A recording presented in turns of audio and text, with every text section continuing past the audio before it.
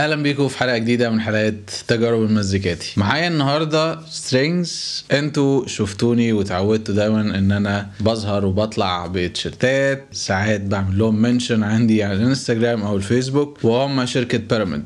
الحقيقه اختصار بسيط عن شركه بيراميد، هم شركه من المانيا عندها مصانع بتصنع سترينجز، الكتريك جيتار، كلاسيك جيتار، فايلن، تشيلوز، الالات بتاعت الاوركسترا عامه، زائد عود وقانون وحاجات زي كده. معروفين هنا في مصر من الاوتار بتاعت العود تحديدا. تواصلت معاهم بشكل او باخر وابتدوا يبعتوا لي شويه سامبلز ان انا اجربها واعزف بيها عشان اوريها لكم. النهارده معايا اوتار اول مره اشوفها الصراحه، اول مره اشوف الجيج ده بالتحديد، وهو 9.5. دي جديده بالنسبه لي، ما شفتهاش. اللي اعرفه دايما يا اما 9 يا اما 10 يا اما رقم كده ثابت، انما 9.5 ده قلت لازم اجربه. الاوتار نيكل بليتد، بقالي مثلا حوالي اسبوع بعزف بالاوتار ديت، وحطيتها على جيتار جيبسون شيب. الصراحه جميله جدا ومريحه قوي، غير ال10 وغير ال9